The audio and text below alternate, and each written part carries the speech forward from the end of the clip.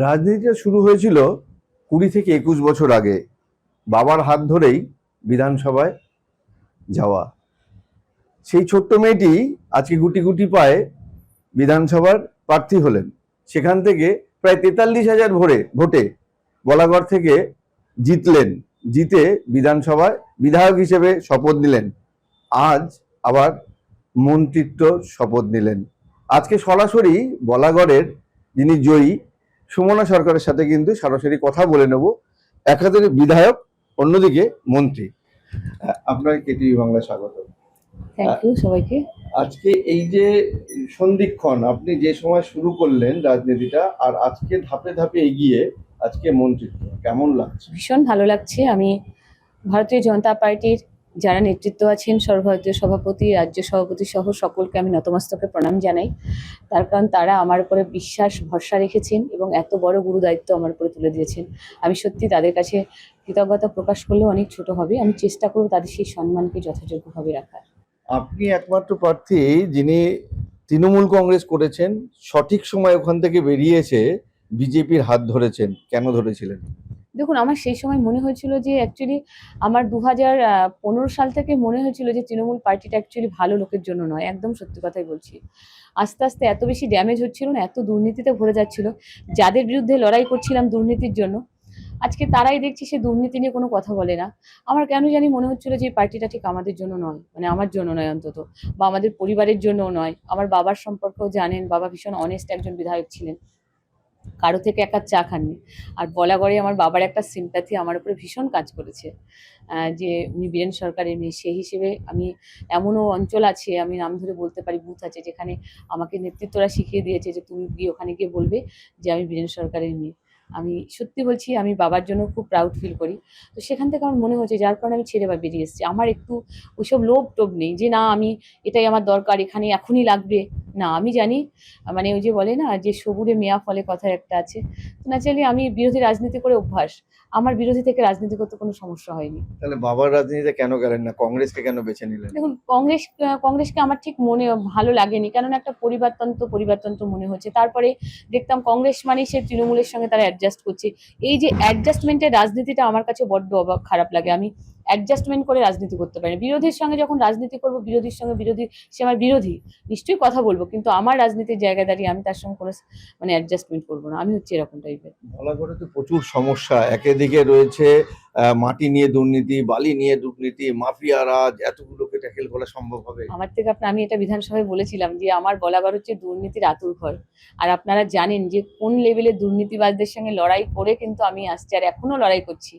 তারা আমাকে প্রচুর হ্যাকেল করেছে। 21 বিধানসভার পরেও আমাকে নানান রকমভাবে কটূক্তি করা, এবং আমি নিজেও বাড়ি ছেড়েও ছিলাম অনেক দিন, আপনারাও জানেন। তো অত্যন্ত খারাপ লেগেছে যে এই দুর্নীতিবাজদের সঙ্গে আমার বিরুদ্ধে এত কথা বলছে। আজকে সেই দুর্নীতিবাজরাই এখন আমার সঙ্গে কথা বলার জন্য নানানভাবে উৎপাচ্ছে। তবে আমি আজকের এখান থেকে বার্তা দিতে চাই যে, বা যারা খুব চেষ্টা করছেন যে সুমনা সরকারের সঙ্গে যোগাযোগ করব, আমি আপনাদের সঙ্গে ভালো ব্যবহার করি মানে এই নয় যে সেটা আমার দুর্বলতা। এটা আমার বাবার শিক্ষা যে কেউ খারাপ ব্যবহার করলেও তুমি ভালো ব্যবহার করবে। তো আপনাদের এই দুর্নীতিবাজদের অন্তত আমার বিধানসভায় তো আপনাদের জায়গা নেই। আমি তো অন্তত মতামত দেবো না আপনাদেরকে নেওয়ার। যতই আপনারা চেষ্টা করেন না কেন আমার কাছে আসার, আপনারা আমার কাছে আসতে পারবেন না। আমার পরিবার আগে, আমার অভিভাবক আগে। অভিভাবক আমাদের সাথে আছে, নেতৃত্বরা আগে, আমাদের কর্মী সমর্থকরা যারা বিশ্বাস ভরসা করে আমাকে ভোট দিয়ে জিতিয়েছে, আমি তাদের কথার বাইরে কোনো কিছু করব না। আর এই দুর্নীতিবাজ জানেন, মাটি বালি কি চুরি নেই, গরু চুরি, এই গাঁজা বিক্রি, বলাগড় পুরো দুর্নীতির আতুরঘর, প্রাইমারি মানে সমস্ত কিছুর আতুরঘর। আজকে সত্যি বলতে, আজকে আমি বিধায়ক হওয়ার পরে অলরেডি আমার ওখানে গাঁজা বন্ধ, গরু বন্ধ, মাটি বন্ধ, বালি বন্ধ, টোটালটাই বন্ধ। আমরা চেষ্টা করছি যাতে কোনো দুর্নীতি বলাগড়ে না থাকে, যেহেতু এটা শ্যামাপ্রসাদ মুখার্জির মাটি আর আশুতোষ মুখার্জির মাটি। আপনি যেমন দুর্নীতি নিয়ে সোচ্চার হয়েছেন, অপরদিকে নৌশিল্প ওখানে কিন্তু একটা শিল্প যেটা বন্ধ হয়ে গেছে। কারণ প্রধানমন্ত্রী নৌকো বিহারে এসে যার নৌকোয় চেপেছিলেন সেটাও সে বলাগড়ে। তিনি দুঃখ করেছেন যে আমাদের শিল্পটা আজকে নেই, তাই আমাকে অন্য নৌকো চালাতে হচ্ছে। নৌশিল্পের উপর কিছু দৃষ্টি দেখুন, থাকবে? নৌশিল্প যে পথে বসেছে, তার একটাই কারণ, বিগত সরকার তার জন্য দায়ী। বিগত সরকার দেখেছেন যে কোনো রকম শিল্প কলকারখানারও কোনো কিছুর পক্ষে নাই, বরং শিল্পীদের গলা গলা মানে টুটিটা টেনে ছিঁড়তে পারলে ওরা বাঁচে। তো সেখানে ওই শিল্পী মানে গত সরকারের এটা গাফিলতি বলুন, অপদার্থতা বলুন, ব্যর্থতা বলুন, তাদের দায় আজকে সেই গরিব মানুষগুলোকে পেতে হচ্ছে। তবে মোদিজি বলেছেন বিশ্বকর্মা যোজনা, যেটা বিগত সরকার চালু করতে দেয়নি, বর্তমানে এই সরকার মানবিক সরকার এবং আপনার সরকার, আমার সরকার, সেই সরকার দক্ষতার সঙ্গে কাজ করবে এবং নৌশিল্পী থেকে শুরু করে আমার ওখানে যারা ফুল বানায় হাতে, সে হ্যান্ডলুম ক্লাস্টার থেকে শুরু করে আপনার তাঁত, যারা তাঁত বানায়, তাঁতি যারা আছে, তাদের জন্য অনেক কিছু ভেবেছে, সেগুলো আগামী দিন সব পূরণ হবে। গঙ্গা ভাঙন, গঙ্গা ভাঙন আপনাদেরকে বলি, অলরেডি আমার ওটা সার্ভে করিয়ে অলরেডি ডিপিআর করে 45 কিলোমিটার অলরেডি কমপ্লিট। বর্ষার জন্য হয়তো কিছু মানে একটু স্টপ থাকবে, বর্ষার পরে আশা করি আমরা খুব শীঘ্রই কাজ শুরু করবো, আশা করা যায়। আপনাদের বিজেপি পার্টিকে মানুষ, সাধারণ মানুষ ঢেলে ভোট দিয়েছে, মানুষ আস্থা রেখেছে, তার কারণ আপনাদের একটাই বার্তা ছিল, জিরো টলারেন্সে কাজ হবে, কোনো দুর্নীতি হবে না। কোনো দুর্নীতি হবে না, জিরো টলারেন্সে কাজ হবে, না খাউঙ্গা না খানে দুঙ্গা। জেতার পর, মন্ত্রী হওয়ার পর কি একই কথা? একদম না, আমি প্রথম থেকেই বলে এসেছি, ভোটে যখন দাঁড়িয়েছি আমি বলেছিলাম না খাউঙ্গা তো না খানে দুঙ্গা। তো আজকেও আপনাদের কাছে বলছি, রেকর্ড করে রাখুন, অন রেকর্ড। আমি বলছি আপনাদেরকে, আমি নিজেও খাবো না, কাউকে খেতেও দেবো না। আর কেউ যদি ভাবে খাওয়ার চেষ্টা করবে, তার জন্য যত রকম সাধ্য রুখে দাঁড়াবো। তার কারণ প্রকৃষ্ট প্রমাণ আছে আমার জেলা সভাপতি। আপনি তাকে নিজে, আমি বলেছি দাদা এরকম এরকম হচ্ছে, দাদা নিজে আমার সাথে থেকে আমার সাথে হাত মিলিয়েছে। ওই জেনারেল সেক্রেটারি তিনিও আমার সঙ্গে আছেন।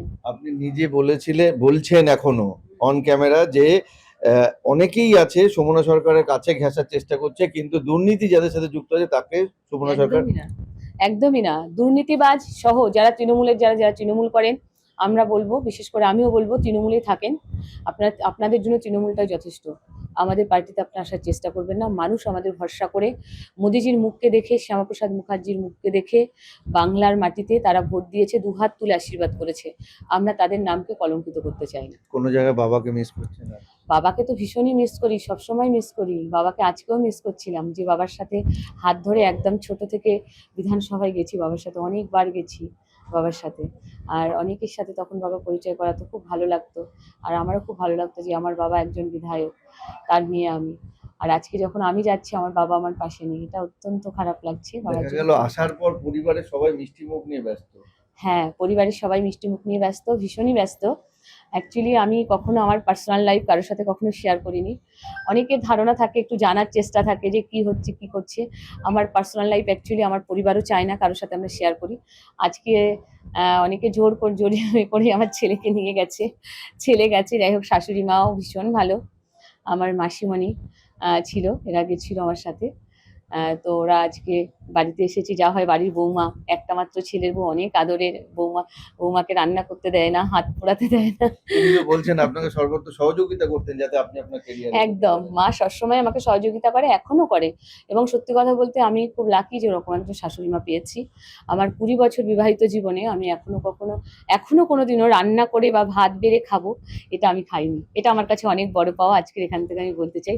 উনি অত্যন্ত একজন ভালো একজন মহিলা, আমাকে কোনো কিছু প্রেশার করেন না। মন্ত্রী হবেন, ফোন আসলো, কখন এলো কালকে রাত্রে আমার কাছে ফোন এসছে, বলেছে যেরকম কলকাতাতে যেতে। সেই মুহূর্তটা? হ্যাঁ, সেই মুহূর্তটা বিশ্বাস করুন, আমি প্রথমে ভাবছিলাম যে কি জানি বাবা এটা কতটা কি আছে, কিন্তু আমার সঙ্গে ডিরেক্ট চিফ মিনিস্টার কথা বলেছিলেন, বলেছিলেন তুমি চলে আসবে। এবং দাদার যে পিএ আছে তিনিও আমাকে ফোন করেছিলেন, পিএস শান্তনুবালা, উনি ফোন করেছিলেন। তারপরে যাই হোক, তারপরে যখন আজকে গেলাম এমএলএ হোস্টেলে, ওখান থেকে গাড়িতে উঠলাম সরকার। কোনটা কি স্বপ্ন ছিল মনে হচ্ছে? দেখুন, এটা স্বপ্ন ছিল না, আমি ভাবিনি যে মন্ত্রীটা এত তাড়াতাড়ি হব। আমি ভেবেছি বিধায়ক কাছেই অনেক কাজ করতে পারবো, কাজ করব আমি। তার কারণ আমি কাজ করতে খুব ভালোবাসি। আপনারা আমার পাস্ট ব্যাকগ্রাউন্ড দেখেছেন এবং জানেন যে আমি কাজ করতে কতটা ভালোবাসি এবং সততার সঙ্গে। সেখান থেকে দাঁড়িয়ে যখন গাড়িতে উঠেছি, আমি ফোন করেছিলাম গৌতম দাকে, ফোন করেছিলাম দাদা, আমি জেলা সভাপতিকে ফোন করে বললাম দাদা আমাকে এরকম যাচ্ছি শপথ নিতে, এটা ভালো অনেক ভালো। তাহলে তো দায়িত্ব আরো বেড়ে গেল, বিধায়কের থেকে মন্ত্রিত্ব দায়িত্ব আরো বেশি, আরো তো কাজের শুনুন, দায়িত্ব। দায়িত্ব বেড়েছে ঠিক আছে, কালকে সকালবেলা 6টার সময় অন্নপূর্ণা ফর্ম নিয়ে পাড়ায় বেরোবো দিতে মানুষকে, বুঝেছেন? দায়িত্ব তো নিশ্চয়ই বাড়লো, কিন্তু নিজের বিধানসভা মাটির মেয়ে যারা আমাকে এত ভোটে জিতিয়েছে তাদেরকে ছেড়ে তো যাওয়াটা ঠিক হবে না। নিশ্চয়ই বাংলার জন্য আমি কাজ করব, আমার হুগলি জেলার জন্য কাজ করব, সাথে সাথে আমার নিজের বিধানসভাকেও ছেড়ে যাব না। যত কষ্টই হোক, যত রাতি হোক, একবার করে হলেও এলাকাটা অন্তত ঘুরে আসবো। শুনতেই পেলেন যে কাজের দায়িত্ব বেড়েছে, বিধায়ক হওয়ার সাথে সাথে যে শপথ নিয়েছিলেন কাজের দায়িত্ব কিন্তু দ্বিগুণ হলো। কাল সকাল থেকেই অন্নপূর্ণা ভান্ডারের ফর্ম নিয়ে কিন্তু মন্ত্রী হওয়ার পরেও মানুষের দুয়ারে আসবেন সুমনা সরকার, এমনই বার্তা তুলে দিলেন কেটিভি বাংলায়। হুগলির বলাগড় থেকে অমল চক্রবর্তী, কেটিভি বাংলা।